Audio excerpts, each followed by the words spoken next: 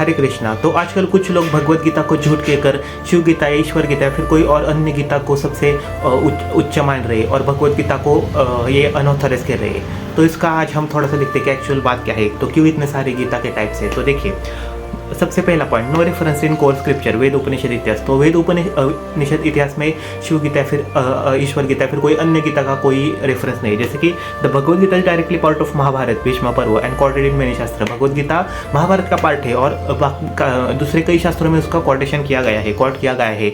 लेकिन the Shiva Gita is found in later Purana, Padma Purana Uttarakhand, जो कि श्रुति है, ठीक है। तो जो बाद में जो पद्म पुराण आया उसमें जो ये है शिव गीता है उसका रेफरेंस मिलता है, ठीक है।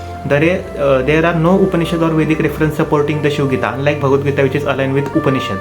तो जो भगवत गीता है उसको उपनिषद के ये है टिप्पणी उसमें भी कोट किया गया है, लेकिन जो शिव गीता है उसको किसी उपनिषद या वेद में कोट नहीं किया गया।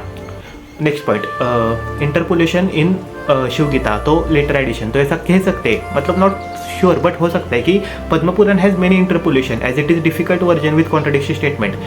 सम parts of the Shiva Gita are absent in old manuscripts.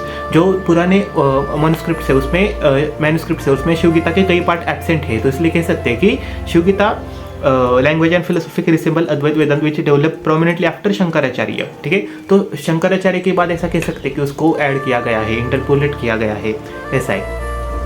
Possible letter interpolation, जैसे कि यहाँ कहा गया है कि द कुर्म पुराण, अब यहाँ पर ईश्वर गीता की बात हो रही है कि the Kurma Purana exist in multiple versions and some sections have inconsistence. The Ishvara Gita is the language of philosophy align with later Shiva and Advaita Vedanta ideas suggest later addition.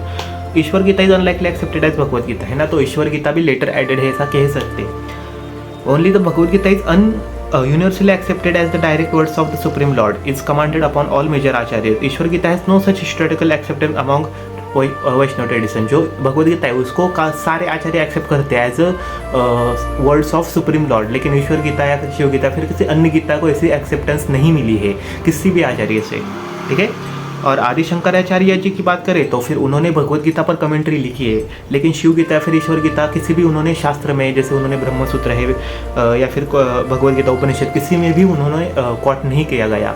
एक जगह उन्होंने ईश्वर गीता कोट किया है, लेकिन वो ईश्वर गीता नहीं, उनका भगवत गीता, लेकिन उन्होंने भगवत गीता को ही ईश्वर ऐसा वर्ड रेफरेंस दिया है आदि शंकराचार्य जी ने। तो इससे ये तो रेफरेंस हमें मतलब आइडिया मिल सकता है कि अन्य गीता भी है, लेकिन भगवत गीता की सिमिलरिटी किसी गीता से नहीं की जा सकती। हरे कृष्णा।